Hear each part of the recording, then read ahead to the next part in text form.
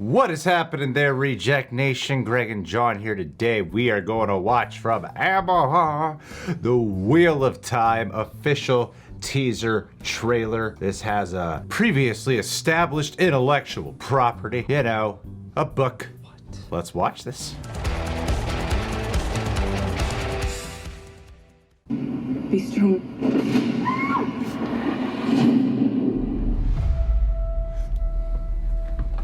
The wheel of time turns, and ages come and pass, leaving memories become legend. Cool. It's beautiful. It's the prelude for the Lord of the Rings series I got going. Isengard. The power inside you. Rosamund Pike. All over the world there are different names for it. But it's one thing. One power.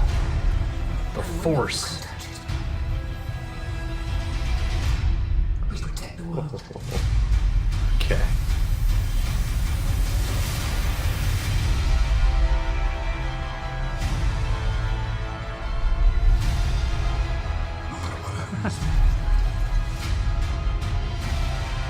Wow. The heartbreak. The wheel keeps turning. Oh. The dark one is coming for your friends.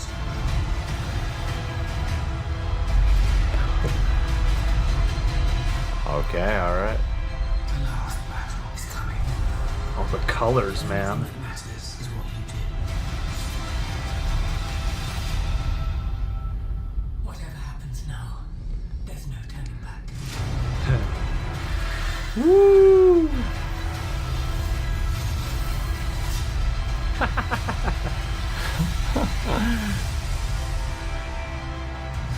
I keep expecting it to become the Avengers theme. Those two notes.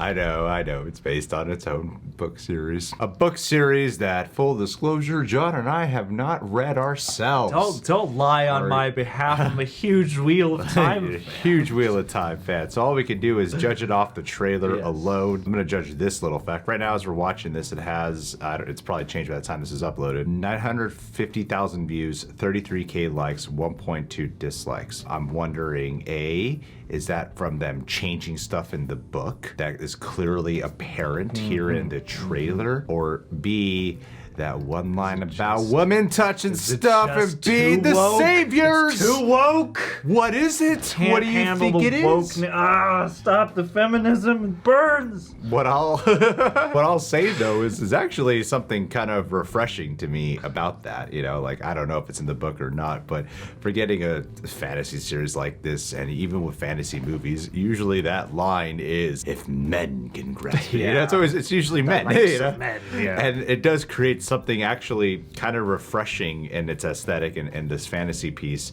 just with that context alone. So I'm actually all for it. That's because I'm a woke tar. Yeah, you white knight over here. gosh. All you do is just shill for the feminists. That being said, I mean, I think the show has a wonderful looking production value. I think Yeah. Rosamund Pike is kind of an underrated actress. Absolutely. And it looks really well produced, really well made. It's just a teaser trailer, so I don't know everything. It's supposed to sell you on the, you know, the landscape, the wonder, the lush beauty beholden to us. And I think there's some really cool color and framing that they do here, especially with the trailer editing when you're match cutting on moving shots. I think is really cool. At the same time, there are things about it that just look aesthetically just very derivative of a bunch of things I've seen already, and that's kind of the issue I have with it. Was as grandiose as it is, and as fantastical and big, and I'm sure book readers, I'm sure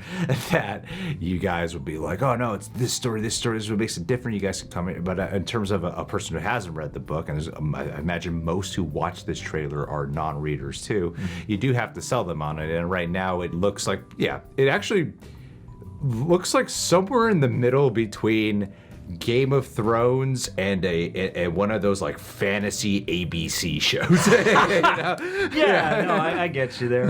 And where are we going to ultimately fall in? Is that going to be the ABC in terms of storytelling or in terms of the production? Because here, I mean, it was funny, I was thinking, like, man, that Lord of the Rings show must be going to look pretty terrific, because this looks pretty terrific, at least in terms of, scale and production values and the locations and what look to be some sets as well as a bunch of CGI stuff. Like, it looks really big and broad and scopic and dazzling that way. And then, luckily, this is a teaser trailer, so they're not hitting you with too much story, too many scenes. But that's, the big thing now is I'm like, okay, is this going to feel, like a melodrama wrapped around in an epic world packaging? Or, is this going to reach those epic heights that you hope it could? And it certainly seems like it has the potential to. This whole thing is like potential to the max, I feel like. Then it just comes down to how they handle, the true themes of the story that, you readers are probably much more familiar with than we are right now. I thought it was interesting the way it was composed, of how close everything was. I don't know what lens they're using for this. Usually I imagine with fantasy stuff, everything's kind of more in a wide frame. Because you want to soak in all of that,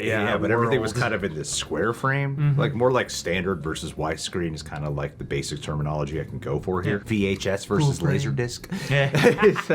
That kind of flair was something that threw me by surprise, because, I feel like this could easily land into just like a remarkably cheesy territory, or it could be something awesome, because, I was even thinking of like some Witcher. I was thinking of Vikings. Lord of the Rings, Golden Compass. There's like some Harry Potter sprinkled around the front. And then the thing is, I mean, so many of these novels, I don't know when this was published. But it's like you have this hodgepodge of just various tropes and ideas and stuff. But there was still nothing here that gripped me as this looks entirely unique. I mean, I did like all the diversity of faces that we got here, though, which was cool to see. It usually is white folk in these movies and stuff. We are the fantasy crew.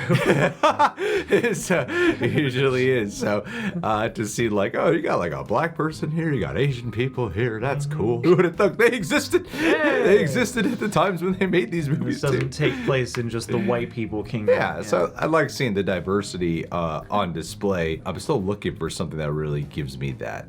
This is very, there's something fresh in its tone and or storytelling here. Because I have to see what this is going to say. Because right now it's playing on, I like those other things. And this looks just as high profile as those other things, I feel like it would be a disservice if I was to like try to Wikipedia what happens in the book to then watch this trailer.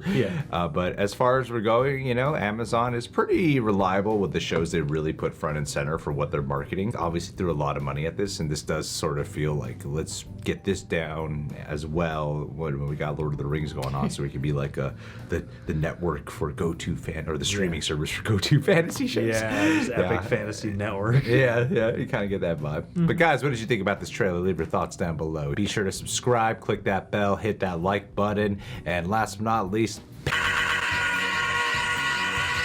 Adelia Chamberlain. Adelia is probably the biggest bookworm over at our Patreon page, and Adelia is actually coming to Los Angeles this month, attending the Schmodown Spectacular. So I was like, okay, maybe I'll go to the Schmodown Spectacular then.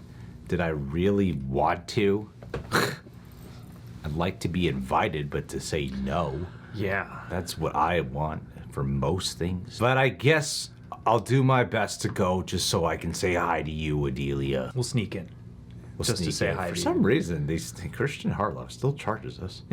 He charges us extra. It's weird.